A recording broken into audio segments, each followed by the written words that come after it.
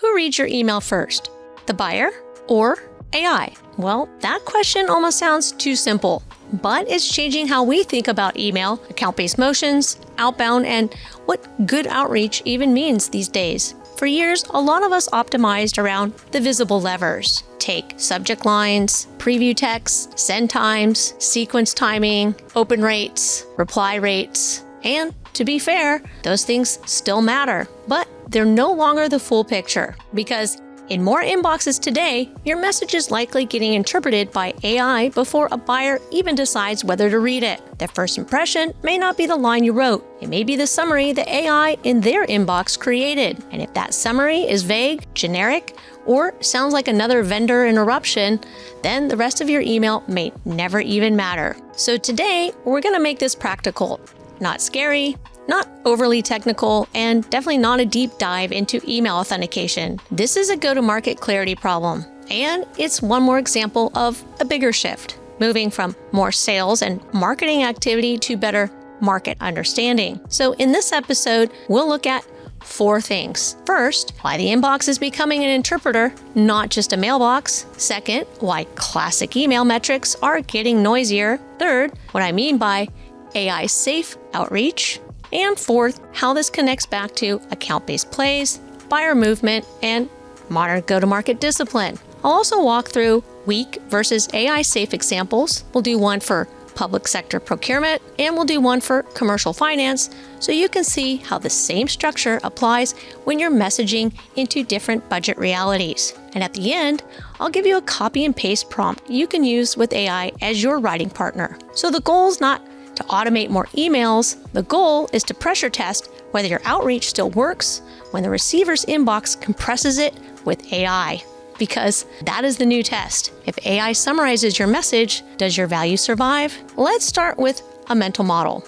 The inbox used to feel like a delivery destination. You sent the message, the provider filtered it, the buyer opened it, or they didn't. And so the big deliverability question was, did we land somewhere useful? Like primary inbox, a promotions tab, a spam folder? That still matters, but please do not hear me saying technical deliverability is irrelevant. Authentication, reputation, complaint rates, list quality, and sending discipline still matter a lot. But there's another layer in the experience. The inbox can summarize, it can pull out what it thinks matters, it can compress a thread into a few lines, and it can help the buyer decide whether the message deserves his or her attention. So the question not only becomes, did the message arrive, but did it also get interpreted well? That's a different bar, because a generic email becomes even more generic when it gets summarized by AI. A vague value proposition gets flattened, a bloated message gets stripped down, and if the remaining summary isn't useful, the buyer definitely moves on. And that's why I don't think this is only an email issue. It's a clarity issue. It's a relevance issue. And for go-to-market teams, well, it's a market understanding issue. Now, this also changes how we think about performance. Opens were already noisy. Privacy changes, image loading, security scanning, and automated systems have made open rates less reliable for years. Now, AI summaries add yet another wrinkle, because a buyer may get enough context from the inbox to decide what to do without engaging the way our dashboards expect. They may ignore the email because the summary sounds too generic, or they may forward it internally because the summary is useful, or they may search for your company without ever clicking the CTA, and they may even ask others on their buying committee what they think. None of that shows up cleanly as a traditional email win. So the better question is not, did this email generate activity? The better question is, did the outreach move the buyer, the account, and the buying group forward? While that is a harder question, it is still a much better question. It pushes you and your team away from a reporting motion and toward understanding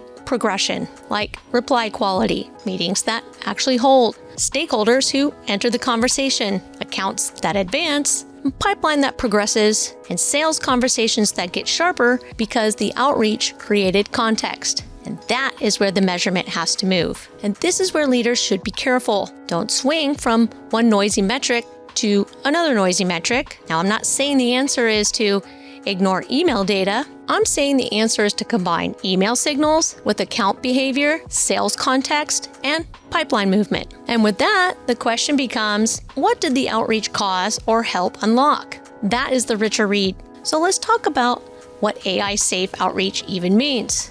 Now, I'm not using that phrase to be robotic, and I'm not talking about trying to trick an algorithm. I mean, outreach that is clear enough to survive the interpretation. So if an AI inbox summary turns your message into 2 or 3 lines, your point should still be visible. The simple pattern is this: role, problem, and useful next step. Meaning, who's this for? What problem are they facing? What is the useful thing you're offering next? Now, those are the 3 basic things, and I know they might sound too basic, but a lot of outreach skips one of these 3. It names the product, but not the buyer reality. It hints at the pain, but stays too abstract. It asks for time, but offers no immediate value. Or it tries to cover 3 different ideas in one message. And when that gets summarized, what survives is usually bland. So the discipline is simple: 1 idea per email, concrete language, short opening, a clear business context, specific next step, no clever runway, no filler,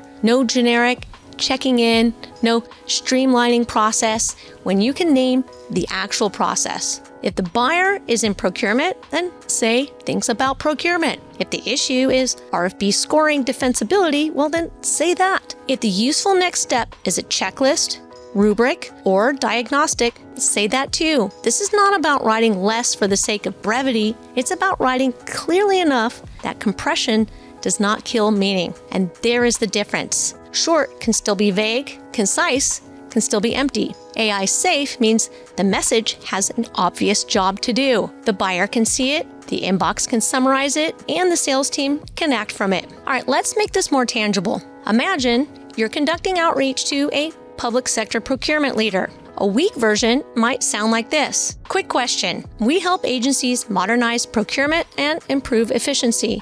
Would you be open to a quick demo? Look, this one isn't too terrible, but it is extremely vague. If an inbox summarizes it, it probably becomes vendor wants to discuss procurement efficiency. And honestly, that's easy to ignore. Now, here's the AI-safe version. For public sector procurement teams, one place RFPs often get risky is unclear scoring documentation. We put together a 1-page scoring rubric and language checklist to help keep evaluations defensible and easier to audit. Want me to send it? Okay, so notice the difference. You have a clear role, public sector procurement. You have a clear problem, RFP scoring documentation, and audit defensibility, and you have a clear next step, the 1-page rubric and language checklist. If that gets summarized, the value is much more likely to survive. So the inbox summary might say, checklist to improve RFP scoring defensibility. Now, this is not hype, it is useful, and useful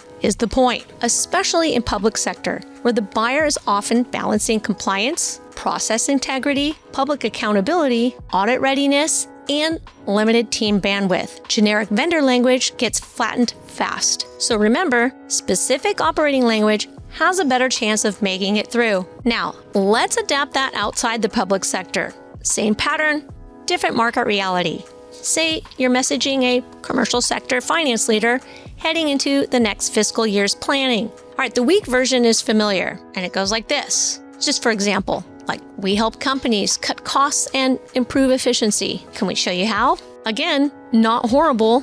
It did the job of being short, but in a tight budget environment, that sounds like everyone else. An AI summary might reduce it down to, vendor says they can reduce costs. That's obviously not enough. Now, a stronger version might say, for finance teams protecting next annual budget flexibility, one issue we're seeing is spend trapped across too many overlapping vendors. We built a short worksheet to pressure test consolidation options by payback window, risk reduction, and working capital impact. Want me to send it? Now the message has shape. It's not just cut costs, it points to budget fit, payback timing, vendor consolidation, risk reduction, and working capital clarity. Now, those are the terms a finance buyer can actually use inside their own conversation. And that is the key. AI-safe outreach is not only about getting the inbox to summarize you well, it's about giving the buyer language they can carry forward. A good message